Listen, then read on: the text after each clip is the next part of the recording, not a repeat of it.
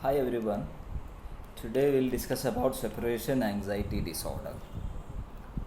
It is a disorder usually seen in children. They find it difficult to be separated from their home or parents. अपने घर या अपने parents को छोड़ के कहीं और जाना वो पसंद नहीं करते हैं और एंजाइटी फील करते हैं एंड उसके बारे में आज हम डिस्कस करते हैं। ये जो सेपरेशन एंजाइटी है हर बच्चे में देखने को मिल सकता है टू सम एक्सटेंट। इन्फेंसी और जो टॉडलर इन्फेंट और टॉडलर में दोनों में ये जो सिम्टम्स है ऐसे सेपरेशन एंजाइटी है वो देखने को मिल सकता है। बट उसके बाद वो धीरे धीरे ये जो सेपरेशन एंजाइटी को ओवरकम कर लेते हैं, learns to overcome the separation anxiety लेकिन कुछ बच्चे हैं वो सेपरेशन एंजाइटी ओवरकम नहीं कर पाते हैं, वो कोप नहीं कर पाते हैं, तो उनमें सेपरेशन एंजाइटी डिसऑर्डर होने का चांसेस ज़्यादा है। Let's go through their introduction first. तो इंट्रोडक्शन में separation anxiety is a normal stage of development for infants and toddlers. Normal stage है, नॉर्मली होता है and most children overcome this separation anxiety by the age of 3 years। 3 साल तक वो ये जो एंग्जाइटी है, सेपरेशन एंग्जाइटी है, उसको ओवरकम कर लेते हैं टू सम एक्सटेंट। अब देखते हैं अगर किसी को सेपरेशन है, किसी बच्चे को अगर सेपरेशन एंग्जाइटी डिसऑर्डर में अगर डायग्नोसिस करना है तो क्या क्राइटेरिया होगा। So diagnosis is made when the symptoms are excessive and cause significant distress in daily functioning. When the diagnosis is made when the symptoms are very excessive. तो बाकी जो नॉर्मल बच्चों से कंपेयर करेंगे तो इस बच्चे में अगर बहुत ज़्यादा ऐसे सेपरेशन एंग्जाइटी के सिम्टम्स है और ये जो सेपरेशन एंग्जाइटी के इन प्रॉब्लम की वजह से it is causing significant distress in the daily functioning, वो डेली फंक्शनिंग में बहुत सारे तकलीफ़ें आते हैं, तो बच्चे अपने जो डेली के जो कार्य है वो सही से कर नहीं पाते हैं। तो एक तो वो है एक्सेसिव सिम्टम्स का, एक्सेसिव सीवियरिटी में सिम्टम्स होना और वो that causes significant distress in the daily functioning and the symptoms at least last for 4 weeks और मोर। 4 वीक्स 4 हफ्ते या उससे ज़्यादा वो सिम्टम्स अगर रहते हैं तभी इसे एक सेपरेशन एंग्जाइटी डिसऑर्डर कह सकता है। तो वो था इंट्रोडक्शन। तो हम आगे डिस्कस करते हैं इसके डेफिनेशन के बारे में। So how can we define separation anxiety disorder. It is the excessive anxiety experienced by the child due to a separation from the home और पेरेंट्स और a separation that is going to occur. तो excessive anxiety experienced by a child due to the separation from the home और parent, अपने घर से या अपने parents से सेपरेट होने की वजह से जो एंग्जाइटी के सिम्टम्स आते हैं, एक्सेसिव एंग्जाइटी एक्सपीरियंस करते हैं, या एक सेपरेशन जो होने वाला है। अब बच्चे को अब अगले हफ्ते अपने हॉस्टल में जाना है, हॉस्टल में अकेले रहना है, तो उसके बारे में सोच के भी उन्हें एक्सेसिव एंग्जाइटी हो सकता है। Okay, so it is an excessive anxiety experienced by the child due to separation from the home or parent or a separation that is going to occur in the future।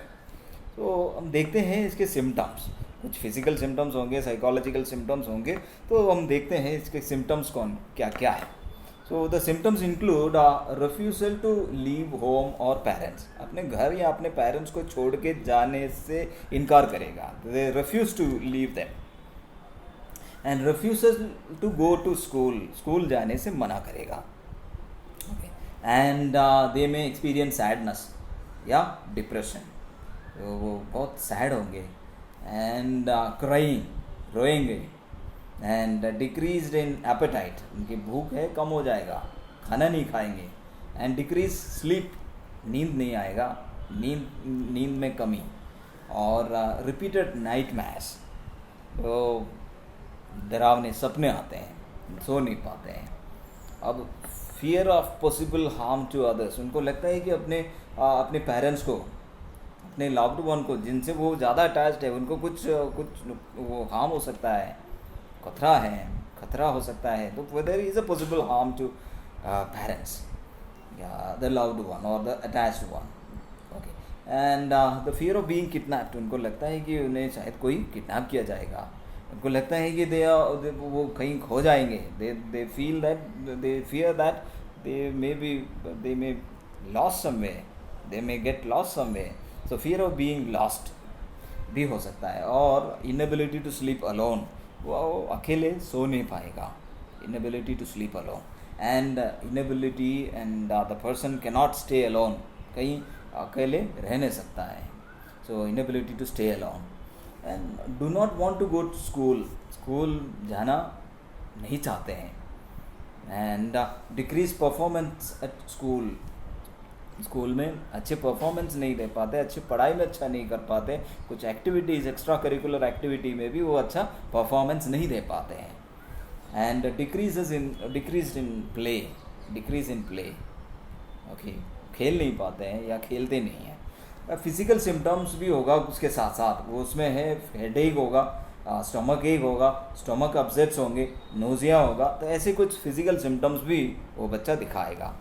तो ये सब था कुछ symptoms जो बच्चा दिखाते हैं. Refusal to leave their home और parents, refusal to go to school, sadness होंगे, क्राइंग, एपेटाइट नहीं होगा, भूख नहीं लगेंगे, नींद नहीं आएगा, नींद कम हो जाएंगे, रिपीटेड नाइटमेयर्स होगा, उनको लगता है कि अपने पेरेंट्स को कुछ हार्म हो सकता है, मुझे कोई किडनैप किया जा सकता है, मैं कहीं लॉस्ट हो सकता है.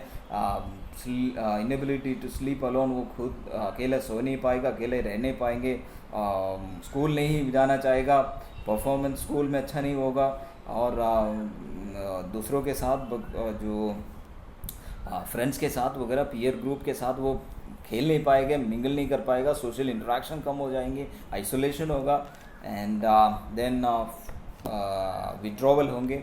देन फिजिकल सिम्टम्स भी होगा, हेडेक, स्टमक एक, नोजिया, स्टमक अपसेट्स वगैरह. तो अब देखते हैं इसका ट्रीटमेंट क्या है. ट्रीटमेंट सिम्टोमेटिक है, तो ड्रग्स के साथ तो सिम्टोमेटिक ट्रीटमेंट है. तो फार्माकोथेरापी जिसमें एंग्जियोलिटिक्स, वो भी हमेशा नहीं, administered very occasionally when anxiety is extremely severe, बहुत ज़्यादा सीवियर है तो उस एंग्जाइटी को थोड़ा सा कम करने के लिए, रिजॉल्व करने के लिए एंग्जियोलिटिक ड्रग्स, जो एंग्जाइटी को कम करने वाले ड्रग्स, एंटी एंग्जाइटी ड्रग्स दिया जा सकता है. बाकी सिम्टोमेटिक ट्रीटमेंट है. देन मेन ट्रीटमेंट है साइकोथेरापी. जो साइकोथेरापीज़ है तो उसके जो गोल है to teach the coping skills to the child को कोपिंग स्किल्स, एडजस्टमेंट स्किल्स सिखाना, और साथ साथ में स्ट्रैटेजीज़ फॉर एंग्जाइटी मैनेजमेंट. जब भी वो एंग्जाइटी फेस करते हैं तो उसमें ऐसे स्ट्रैटेजीज सिखाना जिससे कि वो जब भी एंग्जाइटी सिचुएशन में है वो स्ट्रैटेजीज़ को अपनाते हुए वो उस एंग्जाइटी को सॉल्व कर सकता है.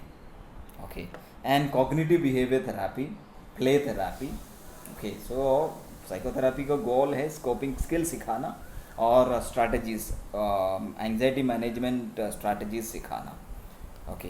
और उसमें है साइकोथेरापी में कॉग्निटिव बिहेवियर थेरापी, जिसमें उनके फॉल्टी थिंकिंग और बिहेवियर, उनके थिंकिंग और बिहेवियर दोनों में चेंज लाने का कोशिश करते हैं. प्ले थेरापी उनको माइंड डाइवर्ट करने में, उनकी एंग्जाइटी लेवल को रिड्यूस करने में वगैरह वो मदद करेंगे.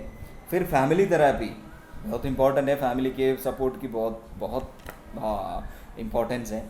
And to improve the functioning of the family system की जो फंक्शनिंग है उसको इम्प्रूव कर सकता है. फैमिली के कोऑपरेशन इम्प्रूव होगा. फैमिली को कैसे इस बच्चे के साथ कैसे डील करना है वो समझ में आएगा.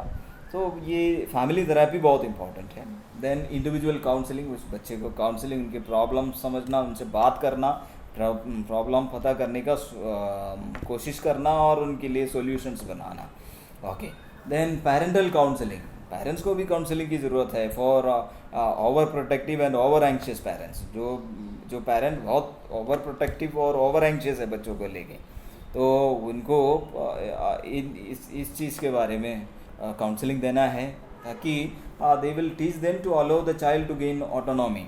तो ओवर प्रोटेक्टिव और ओवर एंक्शियस होंगे तो बच्चा हमेशा हर चीज़ के लिए पेरेंट्स के ऊपर डिपेंड होगा और अपने ऑटोनॉमी कभी इंडिपेंडेंसी और अकेले जो काम करने की जो क्षमता है वो कभी डेवलप नहीं होगा। तो इसीलिए ओवर प्रोटेक्शन और ओवर एंग्जाइटी दिखाना नहीं है, और पेरेंट्स को भी इस काउंसलिंग की ज़रूरत है।